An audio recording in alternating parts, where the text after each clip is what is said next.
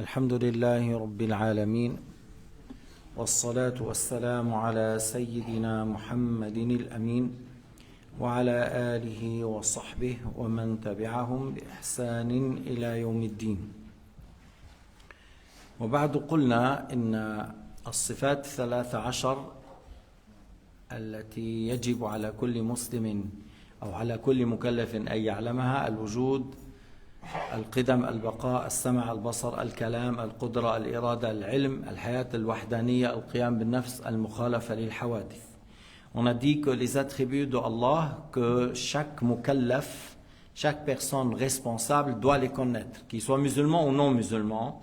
Lorsqu'il est responsable, pubère, saint d'esprit, il doit connaître ses attributs. Même s'il n'est pas musulman, il doit connaître l'existence, le non-commencement, la non-fin, l'ouïe, la vue, la parole, la puissance, la volonté et la science, la vie, l'unicité et le non-besoin et la non-ressemblance avec les créatures. Ces attributs, on doit les connaître. فإذا إنسان أنكر هذه الصفات ولو جاهلا لا يعذر. Ces attributs, celui qui les nie ou il nie certains attributs parmi les 13, même s'il est ignorant, n'est pas une excuse, n'a pas d'excuse. Parce que لأنها شرط الألوهية, s'il nie la toute-puissance, s'il nie la science, s'il nie l'unicité, c'est comme il a nié l'existence de Dieu, c'est comme qu'il a nié l'existence de Dieu. Alors, il n'a pas d'excuse, il a mécru, même s'il est nouveau, même il a vécu loin, tu dois te caractériser dans l'autre sens là. Il n'a pas d'excuse. L'ignorance ici, ce n'est pas une excuse. Al-jahl huna laysa udhran. يجب معرفة هذه الأمور. إنكارها كإنكار وجود الله. إنكار العلم, إنكار السمع, إنكار القدرة كإنكار وجود الله. Le fait de nier la toute-puissance de Dieu, la volonté de Dieu, l'ouïe, la vue, la parole, c'est comme il a nié l'existence de Dieu, alors c'est pas d'islam. Celui qui dit oui, Allah existe, mais je pense que certaines choses, il ne peut pas les faire. Il a mécru. الذي يقول الله موجود لكنه ليس قادر على كل شيء. كفر.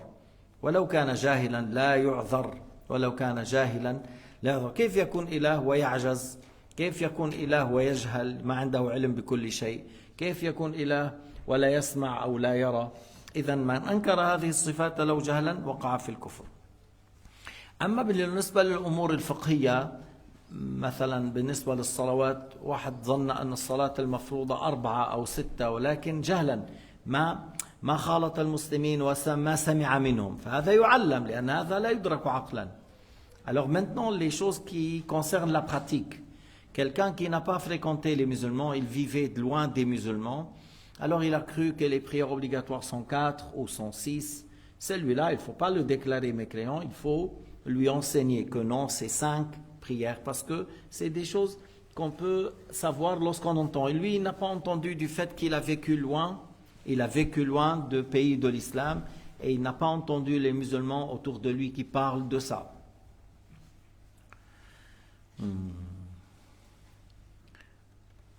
كذلك بالنسبة للزكاة, la même chose au sujet de zakat, au sujet de l'hajj. S'il n'a pas appris, s'il n'a pas entendu, et il a nié parce que personne ne lui a pas dit ce qui est juste, il ne faut pas le déclarer mécréant.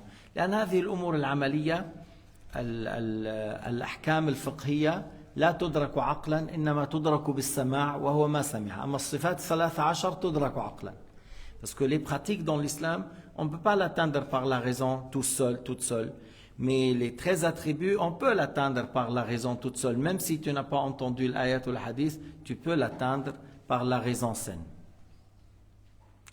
فمن قال لا إله إلا الله محمد رسول الله وهو يعتقد الاعتقاد الصحيح لكلمة لا إله إلا الله وهو يعتقد الاعتقاد الصحيح فيما يتعلق بأن محمد رسول الله وأنه معصوم من الكفر والكبائر والرذائل صار مسلم أو هو مسلم. هذا مسلم. Celui qui dit il n'y a pas d'autre Dieu à part Allah, Muhammad est le messager de Allah, et il comprend que ça veut dire la ilaha illallah, qu'il est unique, qu'il n'a pas d'associé, qu'il n'a besoin de rien, qu'il a les attributs de perfection, Et il dit, Muhammad Rasulullah, il croit que les prophètes sont immunisés contre la mécréance, contre les grands péchés, contre les petits péchés qui reflètent une bassesse. Tout péché qui reflète une bassesse, même si petit, comme le fait de voler un grain de raisin. Ça c'est petit, mais c'est un péché qui montre une bassesse. Et les prophètes ne tombent pas dans des bassesses. Les prophètes ne tombent pas dans les bassesses. Même si c'est un petit péché, mais tout péché qui reflète une bassesse, Allah préserve les prophètes de cela. فإذا ويعتقد بعد ذلك يؤمن بما جاء عن الله ويؤمن بما جاء عن رسول الله. Il croit à ce qu'Allah a dit dans le Coran et il croit à ce que le prophète Muhammad sallallahu alayhi wa sallam a transmis. فهذا يصير مؤمنا. Alors celui-là il est croyant. لو لم يعرف بعد ذلك ما هي الصلوات المفروضة، ما هو الصيام المفروض، ما هو الزكاة المفروض، ما هو الحج. Si on lui a expliqué les deux témoignages, il a témoigné et il n'a pas encore appris combien de prières est obligatoire, quel mois il faut jeûner, combien il faut donner comme zakat, il est devenu musulman. Et ça, après on va l'enseigner ces choses-là. Bien sûr, la prière, il ne faut pas retarder la prière tout de suite. Après, on lui dit comment faire la prière. On lui explique comment faire la douche, s'il doit faire la douche, et comment faire la prière.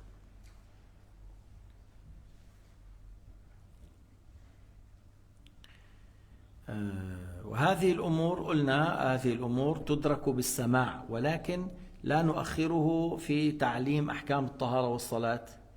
يعني الحج, on peut dire voilà, il y a encore quelques mois pour le hajj.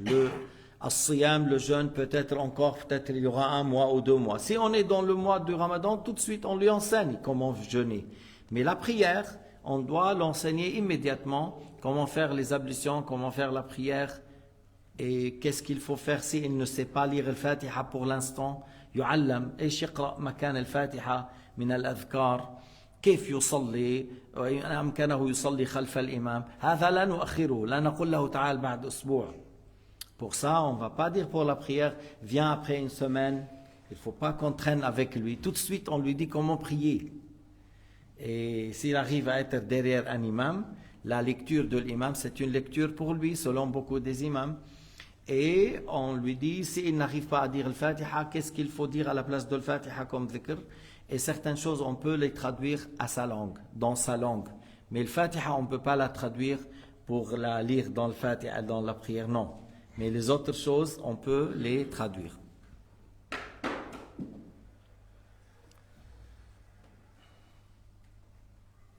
طيب. فالصفات ال13 العلماء قالوا يجب تعليمها للصغير.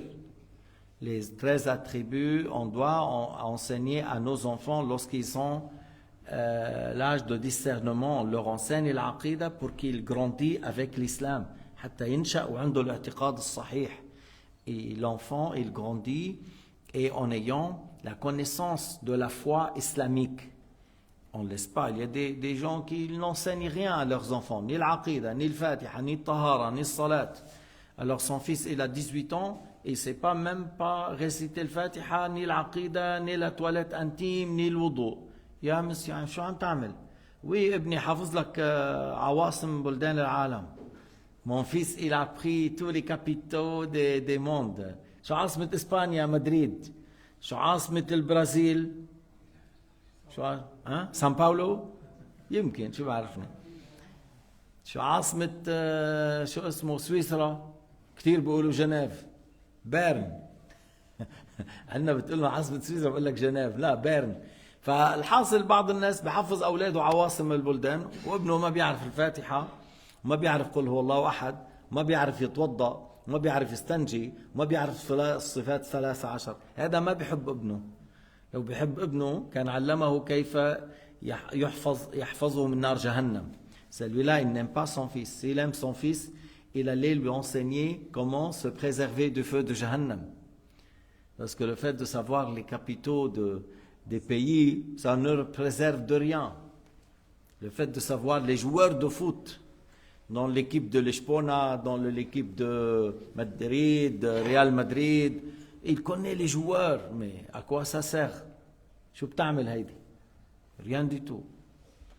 فبعض الناس بالأفلام السينمائية بيحكي لك على شي 1000 فيلم au sujet des films de cinéma. Il peut te dire, rapporter toutes ces histoires des films. Mais tu connais tout ça et tu ne connais pas le Fatiha? Tu sais ces choses-là et tu ne sais pas comment faire la prière, ni les ablutions? Ya lil asaf. Quel malheur, quelle tristesse, quelle douleur, le fait de ne pas savoir les choses essentielles dans la religion.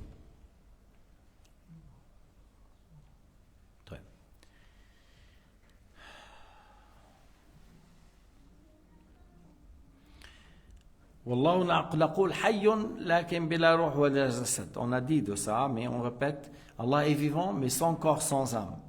Allah yatakallam lakin bila harf wala sawt. Allah a l'attribut de la parole, mais la parole de Dieu, ce n'est pas composé par des lettres et des voix. Nous, on parle avec les lettres et la voix, la langue arabe, la langue française, la langue anglaise. Mais Allah Ta'ala, sa parole n'est pas une langue, n'est pas composée des lettres et des voix. Parce qu'Allah n'est pas comme les créatures et la parole de Dieu n'est pas comme les attributs des créatures.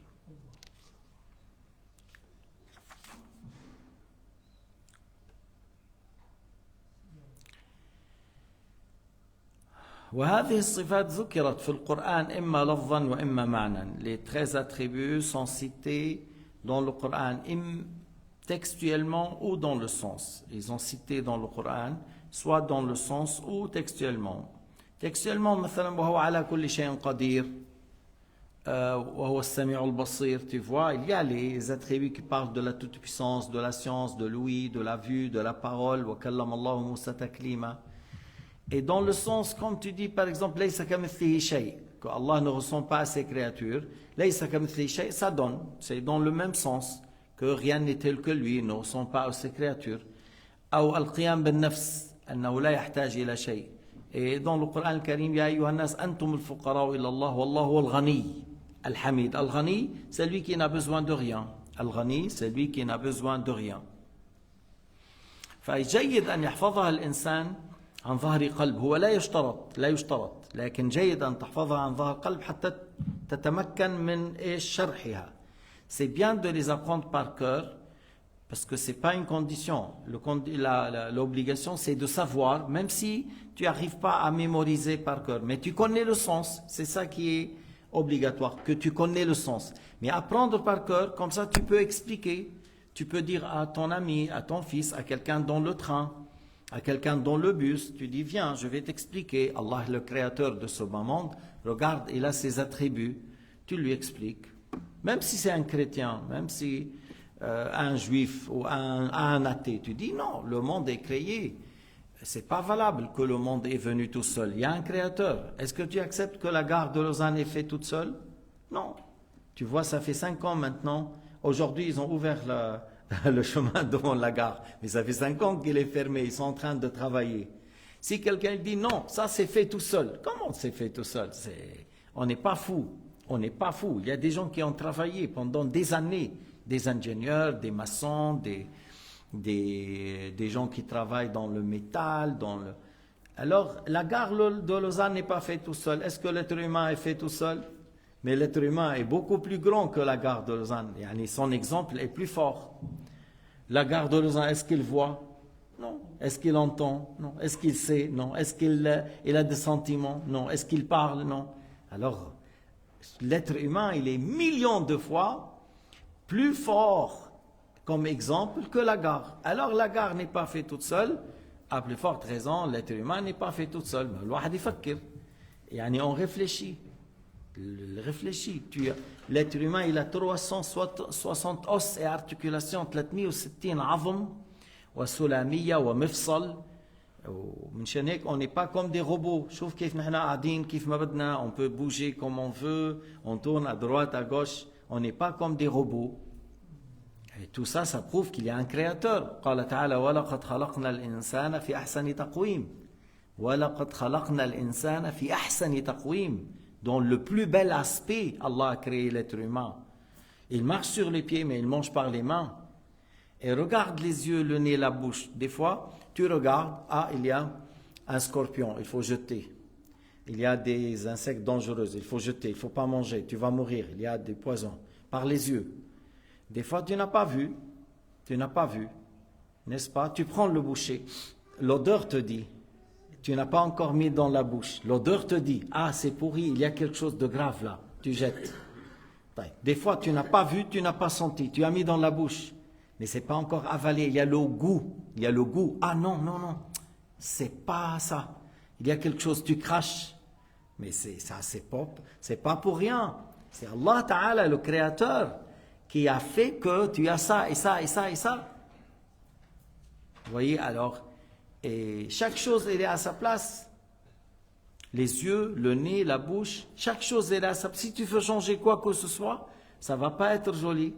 Si tu mets les oreilles à la place des yeux, et les yeux à la place, oh, ça va être terrible.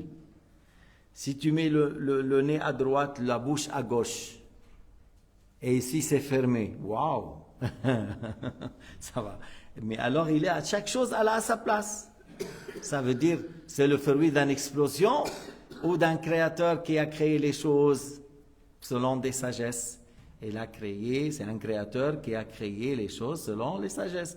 Ne serait-ce les cils, les surcils, tu regardes, lorsqu'il y a les rayons solaires, tout de suite tu fais comme ça. Ça baisse et ça casse les rayons solaires. Lorsque tu marches, lorsque tu conduis. Et s'il y a la poussière, tu fermes les yeux. Alors, tu n'es pas exposé malgré toi. Tu fermes les yeux et tu les protèges. La même chose pour la bouche. Tu fermes la bouche. حاصل قال تعالى وفي أنفسكم أفلا تبصرون وفي أنفسكم أفلا تبصرون. En vous-même, même si tu prends une goutte de sang, regarde sur le télescope, tu vas voir quoi si tu vois une goutte de sang avec le grand télescope là ou le microscope, tu vas voir comme des fleuves, les globules blancs, les globules rouges, comme des fleuves qui passent dans une quoi. Et plus encore, plus quoi, l'ADN. Et comme j'ai dit une fois, regarde le pouce, il est à 2 cm. Il y a combien de l'être humain? 8 milliards. Chacun il a l'empreinte différente. Subhanallah. 8 milliards. Et chacun il a l'empreinte différente ici, dans le pouce. Et l'empreinte des yeux, chacun est différent de l'autre. Et l'empreinte de la voix. 8 milliards. On n'a pas la même voix. Parce que si c'était une question de nature, on allait avoir la même voix. On allait avoir les mêmes yeux. Mais l'empreinte des yeux, l'empreinte du voix, l'empreinte de la pouce, l'empreinte de l'ADN. Chacun est différent de l'autre. Et dire ça c'est le fruit de nature, tout seul, ma'azallah. L'ADN c'est que c'est en forme, qu'est-ce que je voulais dire, géométrique ou quelque chose. Allez-y, regardez, cherchez. Allah Ta'ala qul wa fi anfusikum afala tubsirun. Dans tout cela, il y a des signes de l'existence de Dieu. Alors lorsque tu es dans un bus, dans un train, tout ça, parle. Les Américains, tu sais, les Américains, même si tu ne te connais pas, ils ouvrent un sujet, ils parlent. Moi, j'ai des veaux, j'ai travaillé cowboy.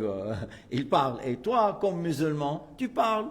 Moi, je suis musulman, je crois en Dieu, il y a un créateur, il est unique. Mohammed est un prophète messager, c'est un homme qui n'a jamais menti pendant 40 ans. Le roi Héracle, il a posé la question, est-ce qu'il a menti? On a dit que non, il a dit, ok, un homme, il n'a pas menti sur les gens, comment il va mentir sur Dieu? Tu parles de ton prophète, de ta religion. Il y a des gens qui ne connaissent pas la vérité. Il y a des gens qui n'ont jamais été bien informés au sujet de l'islam. Puis, ouais, il est où le problème? Il y a des gens qui disent, ce jeûne, pourquoi tu te gênes? Tu fais du bien.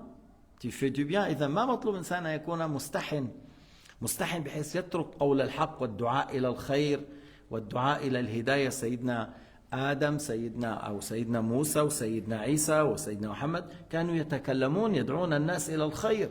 Moussa appelle les gens à la vérité, Isa appelle les gens à la vérité, Mohammed appelle les gens à la vérité, et nous on le suit, on parle de bien, il ne faut pas qu'on se gêne dans cela. Barakallahu fikum, walhamdulillahi rabbil alamin, wa sallallahu ala sayyidina Muhammad وعلى آله وصحبه وسلم تسليما كثيرا.